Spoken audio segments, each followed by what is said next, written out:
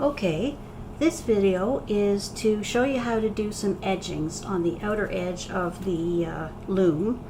You actually don't have to do the edging last, although you often may find yourself working from the inside to the outside, but sometimes it's easier to do the middle section and then to move out to the edging and do the edging and then come back into the middle and do the fill.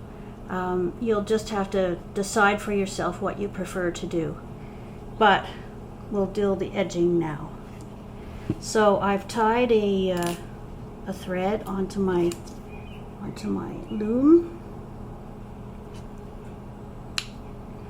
and I'm going to show you how to do a variety of different edgings.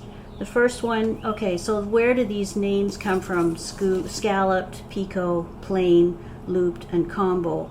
Alexandra Stillwell, in her book, laid these out, and Gina B from Gina B Silkworks has continued to use them. So I found them useful, so I'm going to use them with you.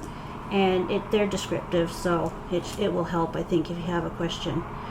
So with scalloped, what we're looking at is, this is a knot, a Tenerife lace knot. This is either a hole or a pin, and this is the path of the thread, either over or through, around the pin or through the wrapping in the holes. And with scalloped, you catch two threads together and two threads together and two threads together, but these are not the threads that are side by side. These are the threads that are across with the next pair. So I've taken, I've put my knot on the second strand of a pair, and I'm going to pick up that same strand and pick up the second strand, or the first strand of the second pair, make a knot,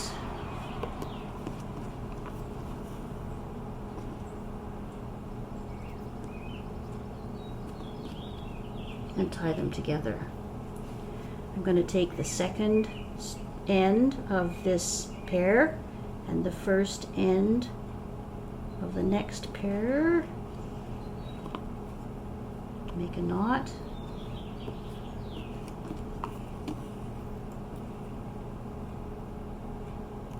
and pull them together. The second end of the first pair and the first end of the second pair, make a knot,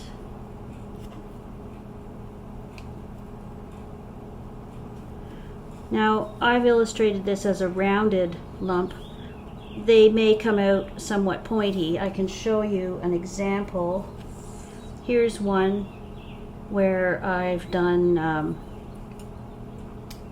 the same edging, and once it's released from the structure of the loom, it softens and looks a bit more rounded. So that's the scalloped edge. The Picot edge is knotting a pair of strands or a pair of ends together. And so in this case, I'm just going to skip over this. Normally, of course, I wouldn't, but I'm going to try a different edge here. So I'm going to pick up these two ends together as a pair and make my knot.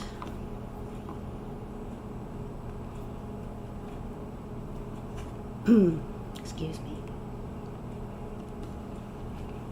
Pick up the next two ends, make my knot.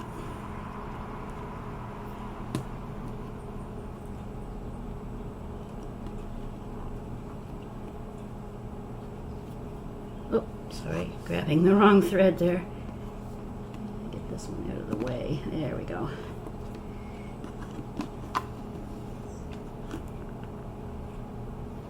Now,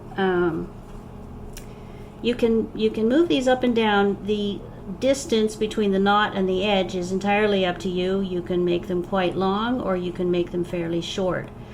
The thing that makes me nervous about this Picot edge is that there's nothing to stop this knot from just popping off the top. When you take this lace off the loom, this knot could just slide right off.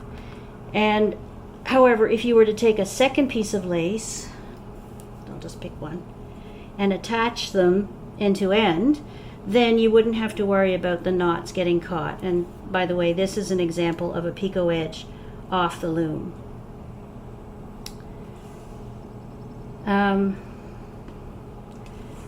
The third one is a plain edge, excuse me, and this one involves, I pick up the first strand of a pair, first end of a pair, make a knot, and I pull this knot up to the upper edge of the end. Now just ignore this little diagonal line here, that's just because I've changed from one kind of edging to another. That would not normally be there. So then I pick up the first end of the next pair, make a knot,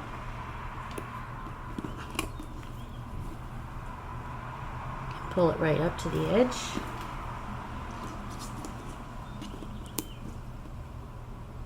pick up the first end of the next pair. Having trouble with my threads this morning.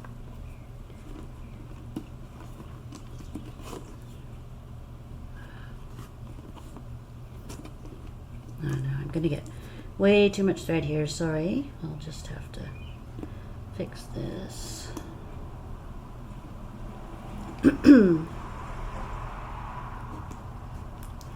Okay, so I've pulled these knots up to the end in the center, and it's not going to come off because it's inside the loop of the pairs, unlike the picot edge. But it does look a bit odd, I find personally, when you take it off of the loom. Now it may be that I've only done it once. I don't really like the look of it, but I find that it's very sloppy looking, and I didn't find it inspiring. So I sort of ignored it, to be honest. And an alternative that you can do is, after you've completed the plain row all the way around your loom, you can then buttonhole over it. I didn't do that on this sample, but you could buttonhole over the ring all the way around, and it makes a much stronger and broader edge. I mean, the buttonhole is only as wide as it needs to be to cover the threads, but it does make a much more noticeable edge, and so that might be the way to handle that. Now I'll show you how to make a looped edge.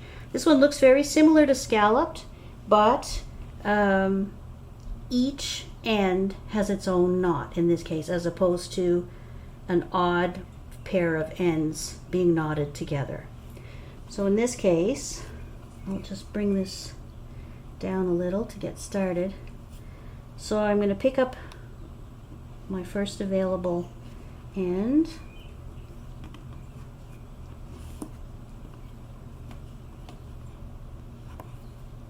make a knot.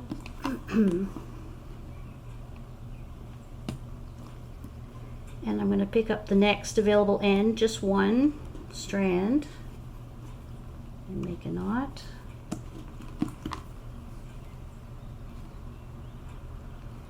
And the next available strand,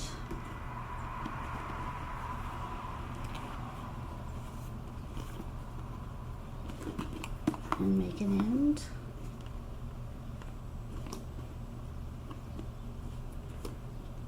And the next available strand, and make an end. And you would continue this way around. Now again, while the thread is under tension on the loom, it looks like it's going to look like a picot edge. In other words, it looks like it's going to come out very pointy, but in fact it also spreads out a bit once there's no tension on the ends, and looks more rounded. Oh yes, and actually I meant to show you this. This is another picot edge, but instead of just knotting 2 ends, I actually knotted 4 ends. And I knotted them from, first I knotted a pair together, which is what's happening here, and then I knotted across a pair, and then I knotted a pair together and across and together and across, and so on all the way around. So you can play a bit. You don't have to do it literally by the numbers that I've been showing you here. And finally, you can also mix and match so that you could do a looped, two single ends in the looped fashion, and then a pair of ends in the picot fashion, two looped ends and a pair of ends as a picot, and you could do that all the way around. And I'm sure there are other combinations that you might want to explore, but don't feel limited to just doing exactly one thing. Now traditionally, an edging would be chosen and then done all the way around the loom, but you can put variety into the edging you choose to go around. Okay. The next video will show you how to take the lace off the loom.